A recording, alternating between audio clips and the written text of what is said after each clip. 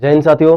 आज के इस वीडियो में हम लोग बिहार बोर्ड के मैथ का विविध प्रश्न को डिस्कस करने जा रहे हैं जो परीक्षा के लिए बहुत उपयोगी है और ये परीक्षा में इस तरीके का सवाल पक्का आएगा। तो बस वीडियो को अंत तक जरूर देखें और वीडियो बहुत इंपॉर्टेंट होने वाला है, लास्ट तक जरूर देखिएगा। तो देखिए आज का पहला सवाल है, एक द्विघात बहुपद ज्ञात करें जिसके शून्यकों का योग तथा गुणनफल क्रमशः √2 और 1/3 है। हम लोग जानते हैं अगर द्विघात बहुपद है, द्विघात बहुपद का दो शून्यक होता है, एक शून्यक को हम लोग अल्फा कहते हैं और दूसरा शून्यक को बीटा कहते हैं। तो अल्फा प्लस बीटा शून्यकों का योग कहलाता है। तो अल्फा प्लस बीटा का मान आपको दिया है, शून्यकों का योग √2, तो अल्फा प्लस बीटा का मान आपको दिया है कितना, √2। और शून्यकों का गुणनफल होगा अल्फा इंटू बीटा, और अल्फा इंटू बीटा का मान देखिए कितना दिया है, 1/3। तो यहां से हम लोग द्विघात बहुपद का निकालने का सूत्र जानते हैं, x² minus alpha plus beta into x plus alpha into beta बराबर 0। अब हम लोग पुट कर देंगे वैल्यू को, बहुत आसान सवाल है, इस तरीके का सवाल परीक्षा में पक्का आएगा। तो अल्फा प्लस बीटा का मान कितना है, √2, तो यहाँ पे अल्फा प्लस बीटा की जगह पे √2 रख देंगे, √2x plus alpha into beta की जगह कितना है, 1/3 रख देंगे बराबर 0। एलसीएम लीजिएगा तो यहाँ से एलसीएम से यहाँ गुना हो जाएगा, ये 3x² माइनस 3√2x प्लस 1 बटा में 3 बराबर में 0। अब देखिए ये 3 इधर भागा में है, उधर जाएगा आरएचएस में जाएगा तो गुना हो जाएगा और 0 के साथ मिलकर के 0 हो जाएगा। तो यहां से हमको जो बहुपद निकालना था वो हमारा यही है, 3√2x प्लस 1 बराबर में 0। यही हमारा इसका फाइनल आंसर है। देखिए दूसरा सवाल है, द्विघात समीकरण 2x² माइनस 6x प्लस 3 बराबर 0 के मूलों की प्रकृति ज्ञात करें। मूलों का प्रकृति ज्ञात करना है कि मूल वास्तविक होगा नहीं होगा, कैसा मूल होगा। तो देखिए मूल का प्रकृति निकालने के लिए हम लोग डी निकालते हैं, इसका डी को विवेचक बोलते हैं। डी निकालने का फॉर्मूला होता है b² माइनस में 4ac। यहां से ये समीकरण में अगर आप देखेंगे, ये जो हमारे को समीकरण दिया हुआ है इसमें a का मान कितना दिया हुआ है, x² का गुणांक को हम लोग a बोलते हैं, तो a का मान दिया हुआ है 2, b का मान, x का गुणांक को हम लोग b बोलते हैं, तो b का मान हो गया -6, और जो कांस्टेंट वैल्यू होता है वो c होता है, तो c का मान हो गया 3। तो यहां से हम लोग d निकाल देंगे, इसका d बराबर b² माइनस में 4ac। तो देखिए तो b², तो b का मान है -6 का स्क्वायर कितना हो जाएगा, 36 माइनस 4 गुना a के जगह पे कितना रख देंगे 2 और c के जगह पे कितना रख देंगे 3। तो देखिए तो 36 माइनस 4 गुना 8, 8 का 24, 36 में से 24 घटेगा कितना आएगा 12, यानी कि d का मान हमको मिल गया 12। अब देखिएगा दोस्तों, d का मान 12 आया, मतलब हम लोग मूल बताने के लिए हम लोग सभी लोग जानते हैं कि अगर d का मान 0 से बड़ा होता है तो मूल वास्तविक और असमान होता है। d का मान 0 से बड़ा होता है तो मूल वास्तविक और असमान होता है, मतलब अलग अलग मूल निकलता है।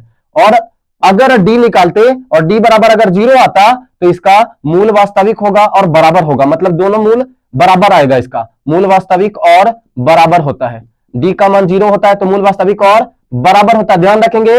इससे ऑब्जेक्टिव में भी सवाल बनेगा, और ध्यान रखिएगा जब भी d का मान 0 से छोटा हो जाए तो कोई वास्तविक मूल नहीं होता है। d का मान निकालिएगा अगर माइनस में आएगा तो उसका कोई वास्तविक मूल नहीं होता है, कोई वास्तविक मूल नहीं होगा।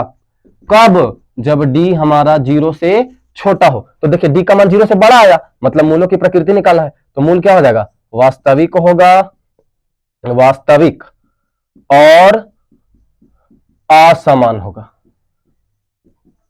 नेक्स्ट देखिए दोस्तों, तीसरा सवाल है हमारे पास, बहुत इंपॉर्टेंट सवाल है और ये सवाल परीक्षा में पक्का आएगा, इसी तरीके का सवाल परीक्षा में आता है, डरिए मत, ध्यान से देखिएगा, बहुत आसान सवाल है। समांतर श्रेणी 25 plus 28 plus 31 plus dot dot dot last में है 100 का योगफल ज्ञात करें। समांतर श्रेणी का सवाल है और बहुत महत्वपूर्ण सवाल है, देखिएगा बहुत आराम से एकदम समझाने का फुल गारंटी है। देखिएगा ध्यान से, ये एक समांतर श्रेणी दिया हुआ है हमको, तो सबसे पहले जो समांतर श्रेणी दिया हुआ है उसमें हमको उसको हम लिख देते हैं कि 25 plus 28 plus 31 plus dot dot dot अंतिम पद इसका दिया हुआ है 100। यहां से देखिए तो दोस्तों हमको क्या क्या हमको दिख रहा है, यहां से हमको a का मान दिख रहा है कितना, प्रथम पद, a बोलते हैं प्रथम पद को, a का मान दिख रहा है कितना 25। इसका सार अंतर अगर हम लोग निकालेंगे, d निकालेंगे कॉमन डिफरेंस, तो 28 में से 25 जाएगा, कितना बचेगा 3 बचेगा। और इसका इनवा पद, अंतिम पद को इनवा पद बोलते हैं, इनवा पद मतलब tn का मान दिख रहा है कितना 100। यहां पे अगर सबसे पहले हमको क्या निकालना होगा कि इसमें पदों की संख्या कितना है। योगफल ज्ञात करने के लिए सबसे ज्यादा जरूरी होता है कि पदों की संख्या कितना है, और पदों की संख्या निकालने के लिए हम लोग tn का फॉर्मूला यूज करते हैं। सो यहां से हम लोग tn का यूज करेंगे, tn बराबर क्या होता है a प्लस n माइनस 1 और इंटू में d। अब यहां से देखिए तो tn का मान आपको दिख रहा है 100, a कितना दिख रहा है 25 प्लस n माइनस 1, n हमको निकालना है और माइनस में 1 और डी का मान हम लोग को दिख रहा है 3। अब देखिएगा यहां से ये जो 25 प्लस में है इधर आके भेजेंगे, इसको इधर भेजेंगे तो घट जाएगा, तो ये 75 हो जाएगा। 75 बराबर n माइनस 1 और गुना में 3 होगा। 3 इधर गुना में इधर आएगा तो भागा में, तो 3 एकम 3, इसको काट देंगे हम लोग, 25 बार में कट जाएगा। तो यहां से n माइनस 1 का मान 25, तो यहां से n बराबर कितना मिला, n बराबर हो जाएगा 26, और n बराबर 26 मिला, मतलब पदों की संख्या कितना है 25 plus 28 plus 31 plus dot dot dot last में है 100, तो पदों की संख्या हमको मिल गया 26। तो इसका योगफल ज्ञात करना है, तो एसएन का फॉर्मूला जब एनवा पद मालूम रहे ना, अंतिम पद मालूम रहे ना, तो एसएन का फॉर्मूला बहुत आसान होता है, n/2 इंटू में a प्लस tn, है ना। यहां से देखिए तो n का मान आपको दिख रहा है कितना 26, 26/2 और गुना में a प्लस tn, तो a प्रथम पद कितना है देखिए 25 और tn कितना है 100, तो tn की जगह 100 रख देंगे। देखिए तो इसको काट देंगे तो 13 बार में कटेगा, तो 13 गुना में 100 और 25 जोड़ेंगे तो 125, और 125 में 13 से गुना कर लीजिए, 125 में 13 से गुना करिए, देखिए डायरेक्ट गुना करेंगे, 13 5 65, 65 का 5 हासिल 6, 13 दूना 26, 26 और 6 32, 32 का 2 हासिल 3, 13 एकम 13 और 13 और 3 16। तो देखिए तो इसका एसएन निकल गया और क्या 1625, यही है इसका फाइनल। देखिए चौथा सवाल है, बहुत आसान सवाल है कि एक वृत्त का क्षेत्रफल ज्ञात करें जिसकी परिधि 66 सेंटीमीटर है। ऐसा वृत्त से एक सवाल 2 नंबर में पूछता है और बहुत आसान सवाल है। देखिए क्या है सवाल में, हमको क्या दिया हुआ है, परिधि दिया हुआ है, वृत्त का परिधि दिया हुआ, तो लिखेंगे वृत्त का परिधि, वृत्त का परिधि दिया है हमको, कितना दिया है बाबू 66 सेंटीमीटर, और वृत्त का परिधि का फॉर्मूला जानते हैं क्या आप लोग, 2 पाई आर होता है, तो 2 पाई आर का मान कितना हो जाएगा 66, यहां से पाई का मान अगर आप रखोगे 2 और पाई को उधर भेजोगे तो यहां से इसका त्रिज्या मिलेगा, देखो तो 66 है। अब देखो पाई का मान होता है 22/7, लेकिन जब इधर जाएगा तो हो जाएगा 7/22, और ये जो 2 इधर गुना में है तो इधर आके हो जाएगा भागा में, तो यहां से देखो तो काटेंगे हम लोग, तो 2 एकम 2, 33 दूना 66, 11 दूना 22, 11 तिया 33, तो 7 21, देखो तो बाबू त्रिज्या मिल गया, कितना मिला 21 सेंटीमीटर, और त्रिज्या मिल गया बाबू। तो वृत्त का क्षेत्रफल बताना कितना आसान है, वृत्त का क्षेत्रफल का फॉर्मूला क्या होता है, वृत्त का क्षेत्रफल का फॉर्मूला होता है पाई आर स्क्वायर, पाई के जगह रख देंगे 22/7, और त्रिज्या है हमारा 21, तो 21 गुना में 21, तो यहां से देखिए तो 7 एकम 7, 7 तिया 21, अब 21 और 21 में 3 से गुना करेंगे तो 63, और 63 में 22 से हम लोग गुना कर देंगे, तो देखिए 22 तिया कितना हो जाएगा, तो 22 दूना 44, 22 तिया 66, 66 का 6 हासिल 6, और 22 छक्का होता है 132, 132 में 6 जोड़ दीजिएगा तो हो जाएगा 138, तो बाबू इसका आंसर हो जाएगा 1386, और क्षेत्रफल है तो सेंटीमीटर स्क्वायर। देखिए पांचवा सवाल है, बहुत इंपॉर्टेंट सवाल है, और ये एक सवाल बाबू किसी भी परीक्षा किसी भी साल का देख लो हर साल पूछता है, ये त्रिभुज का क्षेत्रफल निकालने वाला सवाल, निर्देशांक ज्यामिति का सवाल है। उस त्रिभुज का क्षेत्रफल ज्ञात करें जिसके शीर्षों का निर्देशांक 1 -1 -4 6 और -3 और -5 है। एक त्रिभुज है जिसका तीनों शीर्ष दिया हुआ है, इसका क्षेत्रफल आपको बताना है। देखिएगा बहुत आराम से हम लोग बहुत आसान भाषा में इसको बता सकते हैं, बस वीडियो को लास्ट तक जरूर देखिएगा। देखिए सबसे पहले तीनों शीर्ष को हम लोग मान लेते हैं कि माना ए, पहला निर्देशांक को हम लोग मान लेते हैं, माना ए है कितना, तो 1 -1, अब ये x1 का मान होगा, अगर आप निर्देशांक ज्यामिति पढ़े होंगे तो आपको मालूम होगा। उसी तरीके से ये x1 ये y1 का मान, उसके बाद दूसरा शीर्ष है b कितना है, तो चलिए b को मान लेते हैं -4 6, तो यहां से b का मान देख लीजिए, b का मान हमारा कितना हो जाएगा, तो b का मान हो जाएगा x2 का मान हो जाएगा -4 और y2 का मान हो जाएगा 6। अब एक तीसरा शीर्ष है c को हम लोग मान लेते हैं इसको, तो -3 और -5।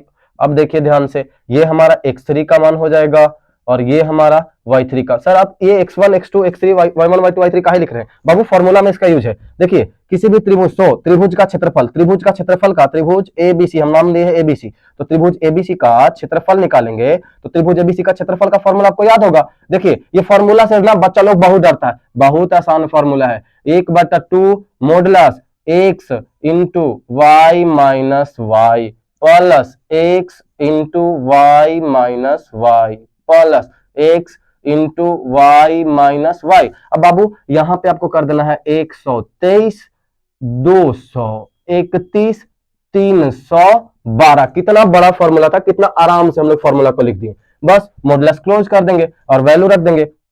देखिए यहां पे हम लोग वैल्यू पुट करेंगे, 1/2 मॉडुलस x1 का मान देखिए यहाँ पे है 1, तो 1 रखेंगे, इंटू y2 का मान देखिए, y2 का मान यहाँ 6 है तो 6 रखेंगे, माइनस y3 का मान कितना देखिए, y3 का मान -5 है तो -5 रख देंगे ब्रैकेट के अंदर ब्रैकेट, प्लस x2 का मान देखिए, x2 का मान यहाँ है -4 तो यहाँ -4 रखेंगे, इंटू y3 के जगह पे देखिए -5 है तो -5 रखेंगे, माइनस y1 के जगह पे कितना है तो y1 हम लोग देख लेते हैं -1 है तो यहाँ -1 रख देते हैं ब्रैकेट क्लोज, प्लस x3 के जगह पे देखिए है -3 तो यहाँ हम लोग रख देंगे -3 इंटू y1 के जगह पे कितना है, y1 के जगह है -1 तो यहाँ हम लोग -1 रख देंगे, और माइनस में y2 के जगह पे देखिए तो y2 के जगह पे कितना है 6 तो माइनस का 6 मॉडुलस क्लोज।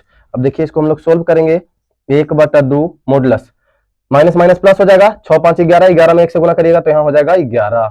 अब देखिएगा यहाँ प्लस माइनस माइनस होगा, इसको सोल्व करेंगे अगर हम लोग तो माइनस माइनस प्लस, तो -5 प्लस 1 -4 होगा, और -4 में -4 से गुना करिएगा तो प्लस का हो जाएगा 16। अब इसको सोल्व कर लेते हैं, प्लस माइनस माइनस, और -6 -1 में -6 -1 करिएगा तो -7, और -7 में -3 से गुना करिएगा तो हो जाएगा प्लस का 21 मॉडुलस क्लोज।